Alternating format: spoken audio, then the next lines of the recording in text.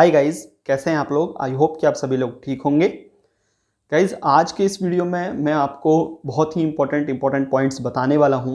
वो पॉइंट्स होंगे उन मिस्टेक्स के ऊपर जो मिस्टेक्स जनरली स्टूडेंट्स करते हैं आईआईटी जैम एग्ज़ाम के दौरान। और अगर आप भी उन मिस्टेक्स से अगर वंचित रह गए, अगर यानी आपको अगर वो मिस्टेक्स नहीं पता चली, तो आप भी वो रिपीट कर सकते हैं, जिसका जो रिज़ल्ट है वो बहुत ही ख़राब हो जाता है और आपको कम मार्क्स मिलने के ज़्यादा चांसेस हो जाते हैं। आप अपने बहुत सारे नेगेटिव करके आ जाते हैं मार्क्स में। तो वो सारे मिस्टेक्स आपको भी पता होने चाहिए जो जनरली स्टूडेंट्स, जो बहुत सारे स्टूडेंट्स करते हैं और हमें बताते हैं आकर के सर ये मिस्टेक हो गई। वो मिस्टेक आपको नहीं रिपीट करना है। तो मैं वो मिस्टेक्स आपके साथ शेयर करने वाला हूँ और आप उसे कैसे अवॉइड कर सकते हैं, कैसे आप उसे हटा सकते हैं अपने एग्ज़ाम्स के दौरान, वो भी मैं आपको बताऊंगा, उसका सोल्यूशन बताऊंगा। और हाँ, अब आपके पास जो 15 डेज़ रह गए, जैसे कि आपको पता है कि today is 29th of Jain, और अब आपके पास मिला जुला के 15 डेज़ ही रह गए हैं, क्योंकि आपके लास्ट जो एग्ज़ाम है 14 फ़ेब को, वो दिन हम काउंट नहीं कर सकते। तो इसलिए आपको अब क्या करना चाहिए, लास्ट 15 डेज़ में आपको क्या करना चाहिए, और मतलब इसमें आपको क्या नहीं भी करना चाहिए, क्योंकि लास्ट 15 डेज़ में आपको क्या नहीं करना चाहिए वो भी मैं आपको बताऊंगा। तो ध्यान से मेरी सारी बातों को सुनेंगे और उसको इम्प्लीमेंट करने की कोशिश करेंगे रियल लाइफ में, ठीक है। तो देखिए, सबसे पहली बात अगर मैं आपको बताना चाहूँ तो मिस्टेक्स क्या हैं, जनरली स्टूडेंट्स क्या मिस्टेक्स करते हैं, ठीक है। मिस्टेक्स होती हैं क्या, जब कोई स्टूडेंट एग्ज़ाम देने जाता है तो नर्वस होता है। नर्वस इन द सेंस कि कुछ ऐसे स्टूडेंट होंगे जिनके पास कॉन्फिडेंस नहीं होगा, जिनको ये समझ में नहीं आ रहा होगा कि यार मेरे से एग्ज़ाम होगा भी या नहीं होगा, मेरी रैंक उतनी आएगी या नहीं आएगी।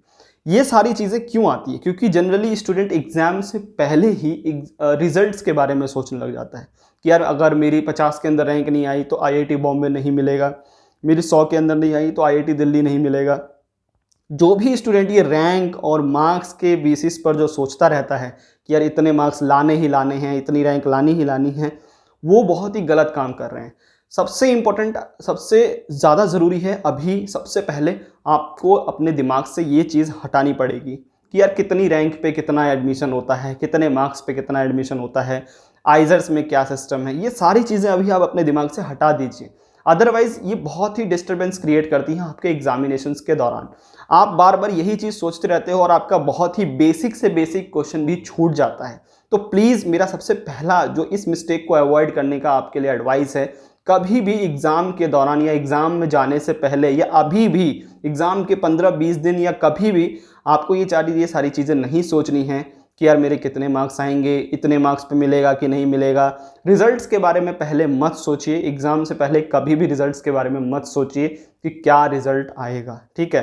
पहली चीज़ आपको ये ध्यान रखनी है, प्लीज़ ये मेरा एडवाइस भी और ये रिक्वेस्ट भी है आप लोगों से, कभी भी एग्ज़ाम के दौरान आप एग्जामिनेशन सेंटर पर जा रहे हैं या आप सिस्टम के सामने बैठ चुके हैं, तब भी आप यही सोच रहे हैं कि यार मुझे इतना स्कोर करना ही पड़ेगा, आप मत सोचिए। आप ये सोचिए कि मैंने क्या पढ़ा है, आप उसे थोड़ा अपने दिमाग में रिवाइज़ करिए, रिमाइंड करिए कि आपने क्या पढ़ा हुआ है।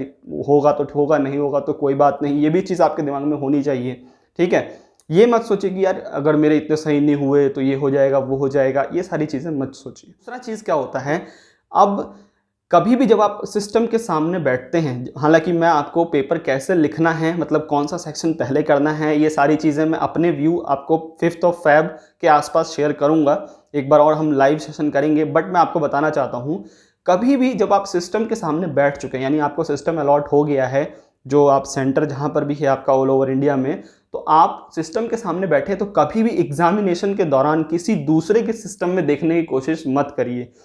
क्योंकि बहुत सारे स्टूडेंट, मैंने खुद भी देखा है जब मैं भी एग्ज़ाम देने गया था, कि बहुत सारे स्टूडेंट एक दूसरे के सिस्टम में देखते रहते हैं कि यार ये क्या कर रहा है, वो क्या कर रहा है। इससे क्या होता है, इससे भी कन्फ्यूज़न क्रिएट होता है।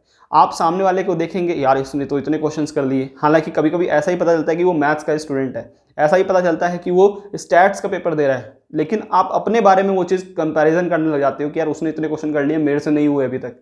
वो भी एक डिस्टर्बेंस क्रिएट करती है आपके दिमाग में। तो दूसरा पॉइंट आपको ये ध्यान रखना है, जब भी आप एग्जामिनेशन सेंटर पर जाएं, आपको सिस्टम जो अलॉट होगा उसके बाद आपको उसी सिस्टम में देखना है, उतने ही दूर में अपने आप को रेस्ट्रिक्ट कर देना है। आपको कभी भी दूसरे के सिस्टम में नहीं देखना कि वो क्या कर रहा है, वो कौन सा क्वेश्चन कर रहा है, वो कैसे कर रहा है, वो क्यों कर रहा है, ये सब कुछ नहीं सोचना। आपको अपने सिस्टम पर ही नज़र रखनी है और उसी के बारे में सोचना है कि यार अब ये प्रॉब्लम मेरे से होगा या नहीं होगा, क्योंकि नोटपैड आपको मिलता है, आप उस पर सॉल्व करिए, उस पर कुछ लिखिए, जो भी चीज़ लिखनी है आप उस पर लिखिए, किसी दूसरे के बारे में मत सोचिए कि वो क्या कर रहा है और कैसे कर रहा है, ठीक है। ये 2 पॉइंट्स आपके दिमाग में फिट हो जाने चाहिए एग्जाम से पहले। अब तीसरी बात अगर मैं आपको बताना चाहूँगा, कभी भी नर्वसनेस मत रखिए अपने दिमाग में। नर्वस यानी कि कॉन्फिडेंस आपके अंदर होना चाहिए। जिस स्टूडेंट के पास ये, मैं क्योंकि सबसे पहला वीडियो जो मेरा अप्रैल में मैंने बनाया था कि क्यों आप लोग IIT जैम का पेपर दे रहे हो, एक रीज़न है। उस रीज़न को हटाने के लिए, उस कॉज को हटाने के लिए ही आप IIT जैम का एग्ज़ाम देने जा रहे हैं। और अगर आप नर्वस रहेंगे, बिलीव नहीं होगा अपने आप को, अपने ऊपर आपको बिलीव होना चाहिए कि यार मैं कर सकता हूँ, क्योंकि कोई भी कर सकता है ये एग्ज़ाम, ऐसा कोई प्रॉब्लम वाली बात नहीं है। जिसने थोड़ा भी पढ़ा है, 30% एंड 40% भी सिलेबस किया हुआ है, वो भी इस एग्ज़ाम को क्रैक कर सकता है, ऐसा कुछ नहीं है। मैं बोल रहा हूँ कर सकता है। तो अपने ऊपर विश्वास बहुत ज़रूरी है, क्योंकि एग्जामिनेशन सेंटर पे जाने के बाद जब आप भीड़ देखोगे, जनरली इस साल में भी थोड़ी भीड़ कम हो, लेकिन भीड़ होगी।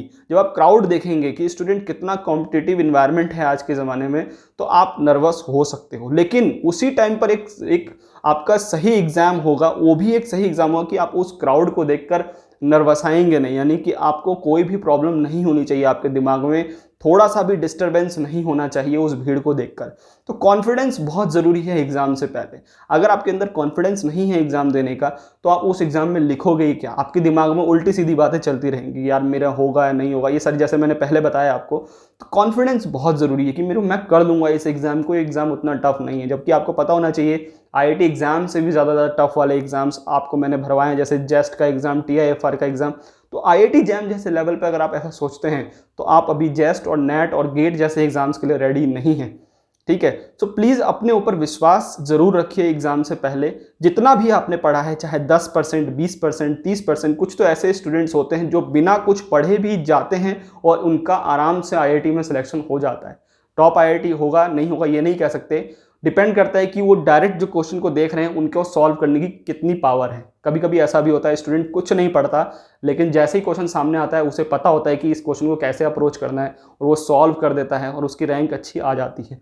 तो कभी आप ऐसा मत सोचिए कि जो ढेरों किताब पढ़ता है, बहुत एक 10-10 घंटे जो पढ़ता है उसी के पास नॉलेज होगा, और जो नहीं पढ़ रहा है उसके पास नॉलेज नहीं होगा। सो प्लीज़ कॉन्फिडेंस, क्योंकि उस स्टूडेंट के पास कॉन्फिडेंस है कि वो कैसा भी क्वेश्चन आएगा वो उसे क्रैक कर देगा। सो अपने ऊपर कॉन्फिडेंस बहुत ज़रूरी है, नर्वसनेस ज़रूरी नहीं है। आप भीड़ को देखकर, क्राउड को देखकर नर्वस आए नहीं उस टाइम पर। तो ये 3 चीज़ें आपके दिमाग में फिट हो जानी चाहिए। चौथी चीज़, और जो आपके एग्ज़ाम से रिलेटेड है, कि अब आपको जो, जैसा कि आपको पता है 14 to 15 डेज रह गए हैं, तो अब आपको करना क्या है।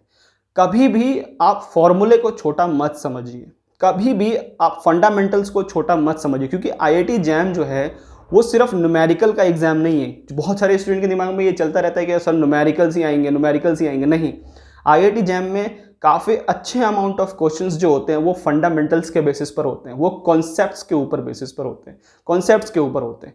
तो आप कॉन्सेप्ट्स को मत भूलिए। अब लास्ट 14 to 15 डेज में आपका ये टास्क होना चाहिए कि आप हर एक कॉन्सेप्ट को रिवाइज करिए, जो भी आपने नोट्स बनाए। और किसी भी एग्जाम्स को लेकर नोट्स बहुत ज़रूरी है। जिस स्टूडेंट्स ने नोट्स नहीं बनाए हैं वो बहुत बड़ी मिस्टेक कर चुके हैं। हालांकि उनके पास अभी भी टाइम है, थोड़ा सा टाइम जो आवर स्टडी है वो बढ़ाना पड़ेगा। नोट्स जो भी बनाए हैं आपने, या आप जो भी बुक फॉलो कर रहे हैं, उससे कॉन्सेप्ट्स को रिवाइज करना शुरू कर दीजिए, क्योंकि 30 to 40% ऑफ द एग्जाम का जो पोर्शन है वो कॉन्सेप्चुअल क्वेश्चंस होते हैं, यानी आपका वो फंडामेंटल्स चेक कर रहा होता है। और IISc का जो सिस्टम ऑफ एग्ज़ाम है, यानी जो जिस तरीके से एग्ज़ाम वो देता है, वो जनरली मुझे लग रहा है फंडामेंटल्स के ऊपर भी क्वेश्चंस पूछेगा, ठीक है। तो ध्यान रखिएगा कि आपको इस 14 to 15 डेज में जनरली जो भी आपने कॉन्सेप्ट्स पढ़े हैं, चाहे वो इलेक्ट्रॉनिक्स के हों, थर्मल फिजिक्स के हों, EMT के हों, क्वांटम के हो, सबको रिवाइज कर दीजिए, कोई सा भी चीज़ नहीं छूटना चाहिए। तो पहला पॉइंट आपको ये करना है इन स्टडी के फॉर्म में, इन लास्ट 14 to 15 डेज में। दूसरा चीज़ जो आपको करना है, कभी भी आप फॉर्मूले को छोटा मत समझिए कि यार ये फॉर्मूला ज़रूरी नहीं है, इस फॉर्मूले के ऊपर शायद आए नहीं आए। हर फॉर्मूले को, जो भी बॉक्स डिजर्व करते हैं, हर फॉर्मूले को रिवाइज कर दीजिए कि इस चीज़ में अगर ऐसा कोई क्वेश्चन आता है तो इस तरीके से निकालेंगे। जैसे कि मैंने लास्ट 2 वीडियोस में सॉलिड स्टेट और थर्मल फिजिक्स के कराए हैं। मेरे को जैसा लगता है, मैं इसलिए जो वीडियो है, मैंने बहुत सारे वीडियो बनाए हुए हैं। जिन स्टूडेंट्स ने कुछ भी नहीं पढ़ा है वो भी उन वीडियोस को देखकर आराम से रैंक ला सकते हैं। बहुत सारे स्टूडेंट्स हैं ऐसे, तो ध्यान रहे जिन्होंने कुछ भी नहीं पढ़ा है यानी जीरो है अभी तक में, प्लीज़ उन सभी वीडियोस को देख लीजिए, आपका बहुत ज़्यादा फायदा हो जाएगा, आपकी रैंक भी आ सकती है। तो फॉर्मूले के लिए मैंने बहुत सारी बुक्स शेयर भी करी हैं पहले, जिनके पास जो बुक है उसमें जो भी फॉर्मूले हैं सिलेबस के अंदर, उन सभी फॉर्मूले का रिवीजन जो है वो शुरू कर दीजिए और कंप्लीट करिए। यानी कि एक फॉर्मूला भी छूट गया ना और अगर उसके ऊपर क्वेश्चन आ गया तो आप फंस जाओगे। मैं ये क्योंकि 2019 का जो पेपर आया था जैम का, वो पेपर कंप्लीटली 100 में से 85 to 90% फॉर्मूले के बेसिस पर था। जिस स्टूडेंट्स ने कंप्लीटली फॉर्मूला अच्छी तरीके से पढ़ा था उसकी काफ़ी बढ़िया रैंक आ गई, और जिस स्टूडेंट ने सिर्फ न्यूमेरिकल्स ही सॉल्व किए थे उसको ये आइडिया ही नहीं लग रहा था कि यार अब इसमें क्या फॉर्मूला लगेगा, उसने बहुत ही एडवांस चीज़ें पढ़ ली थी, उसकी रैंक नहीं आई थी। तो प्लीज़ फॉर्मूला बहुत ज़रूरी है IIT जैम एग्ज़ाम के लिए, और फॉर्मूले को अच्छे से, जो भी फॉर्मूले आपने नोट डाउन करे हैं, जो भी नोट्स में आपके फॉर्मूले अवेलेबल हैं, उनको रिवाइज करके जाइए एग्जामिनेशन हॉल में। आप ज़रूर, मैं कह रहा हूँ आपको बहुत ज़्यादा फ़ायदा होगा, क्योंकि बगैर फॉर्मूले के ऐसे एग्ज़ाम्स क्रैक नहीं होते हैं, और वो भी एग्ज़ाम वो आपके एग्ज़ाम बनाने वाले टीचर्स हैं, प्रोफेसर्स हैं, उनको पता है कि जनरली स्टूडेंट्स बहुत बड़े बड़े प्रॉब्लम सॉल्व करते हैं, फॉर्मूले की तरफ ध्यान रखते ही नहीं है। तो इसलिए दो चीज़ें, कॉन्सेप्ट्स को रिवाइज करना आप मत भूलिए अब लास्ट 14 to 15 डेज में, और फॉर्मूले का भी रिवीजन आप मत भूलिए इन 14 to 15 डेज में। थर्ड पॉइंट जो आपको ध्यान रखना है अब अंतिम के दिनों में, वो है कोई भी नया टॉपिक मत उठाइए प्लीज़। कोई भी नया टॉपिक जो आपसे छूट गया है, आपने जितना पढ़ा है उसको मत उठाइए। अब ये मैं आपको एडवाइस दूंगा।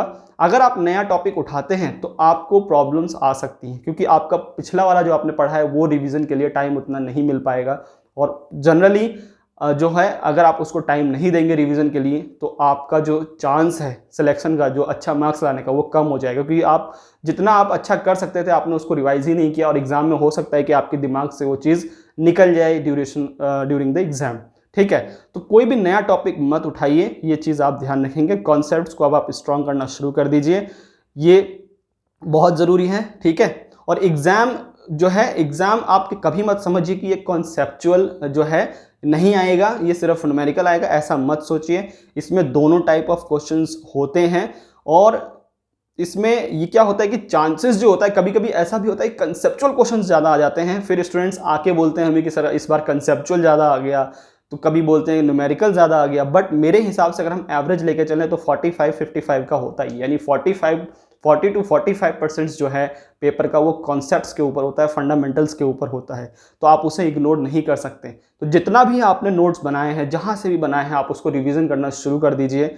और जो न्यूमेरिकल है, अगर आपके पास टाइम बचता है, क्योंकि जब आप कोई रिवीजन करते हैं, जैसे एग्जांपल ले लेते हैं हम कि आपने बीजेटी ट्रांजिस्टर का आप रिवीजन कर रहे हैं अभी, ठीक है, एग्जांपल बस बता रहा हूँ, तो जब आप कॉन्सेप्ट्स पढ़ेंगे तो आपके पास टाइम अगर बचता है, टाइम बचता ही बचता है, क्योंकि रिवीजन के लिए हमें कम ही टाइम चाहिए होता है, हम पूरा थोड़ी ना पढ़ रहे हैं स्टार्टिंग से। तो अगर आप उस टॉपिक को 2 आवर्स में रिवीजन मार रहे हैं तो आप हाफ एन आवर और एक्स्ट्रा देके उसके ऊपर 10 to 15 प्रॉब्लम्स करने की कोशिश करिए, वेदर वो पहले वो किए हुए प्रॉब्लम ही क्यों ना हो। ये मत समझिए कि आपने जो पहले कर दिए हैं सॉल्व, उसको दोबारा करने से आपकी नॉलेज कम हो जाएगी या आपका टाइम वेस्ट हो जाएगा। नहीं, आपको और अच्छी तरीके से करने का उसमें जो है क्या कहते हैं, पावर आ जाएगा, उसको अच्छे से समझने की जो एबिलिटी है वो आ जाएगी। तो जो प्रॉब्लम आपने किए भी हुए हैं ना, आप उसे दोबारा कर सकते हैं। ज़रूरी नहीं कि आप हमेशा न्यू प्रॉब्लम्स लें, क्योंकि कभी कभी ऐसा भी होता है कि जो न्यू प्रॉब्लम्स आप लेंगे वो थोड़ा अपर लेवल का आ जाता है, और अपर लेवल का क्वेश्चन करने से फिर कन्फ्यूजन क्रिएट होगा कि यार इस टाइप के प्रॉब्लम कहीं आ गए। तो नहीं, जो सिलेबस के अंदर है उन्हीं प्रॉब्लम्स को करना है। ठीक है, तो ये पॉइंट्स आपको ध्यान रखना है कभी भी। जो मैंने आपको 3 से 4 पॉइंट्स अभी बताए हैं पीछे 10 to 12 मिनट्स में। अब आगे और क्या पॉइंट्स मैं आपको बताना चाह रहा था, क्या आप CSIR नेट फिजिक्स की प्रिपरेशन कर रहे हैं और आप लोग सर्च कर रहे हैं एक ऐसा प्लेटफॉर्म जहां पर आपको लाइव टेस्ट मिले, यानी कि आप लाइव बैठ कर टेस्ट दे रहे हो और आपका कॉम्पिटिटिव इन्वायरमेंट रहे, यानी कि आपके कितने सही हो रहे हैं, कितने किससे सही हो रहे हैं, क्या रैंक बैठ रही है, तो अनअकैडमी स्टार्ट कर रहे हैं। अनअकैडमी कॉम्बैट सीरीज़ ये हर अल्टरनेट संडे को होगा, और इसमें आपको 60 मिनट्स का टाइम मिलेगा और अराउंड 25 नंबर ऑफ क्वेश्चंस मिलेंगे, आपको लाइव सॉल्व करने पड़ेंगे, और ये काफ़ी कॉम्पिटिटिव इन्वायरमेंट होगा, जिससे कि आप पता चल जाएगा आपको कि किस लेवल पर अभी आप हो, कितनी तैयारी आपकी हुई है। ये सारी चीज़ें आपको पता चलेंगी उस टेस्ट से। इस टेस्ट का जो ज्वाइनिंग लिंक है आपको इस वीडियो के डिस्क्रिप्शन बॉक्स में मिल जाएगा।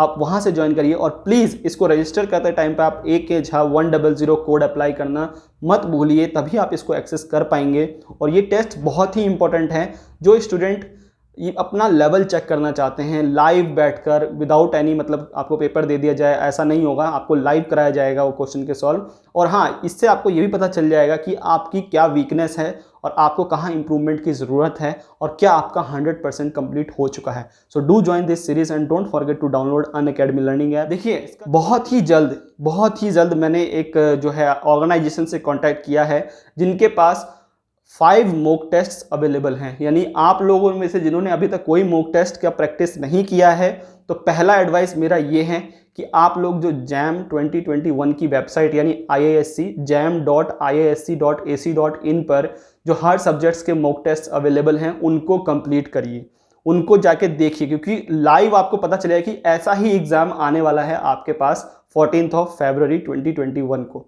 तो जो भी एग्ज़ाम अवेलेबल है IISc की वेबसाइट्स पर उस एग्ज़ाम को दीजिए, ठीक है, पहला एडवाइस। दूसरा, कल से यानी 30 जनवरी से एक ऑर्गेनाइजेशन है जिन्होंने मुझे कांटेक्ट किया, वो कह रहे हैं कि आपके पास स्टूडेंट्स हैं तो आप प्लीज़ इस एग्ज़ाम को शेयर करिए, हम लोगों ने मॉक टेस्ट बनाए हैं।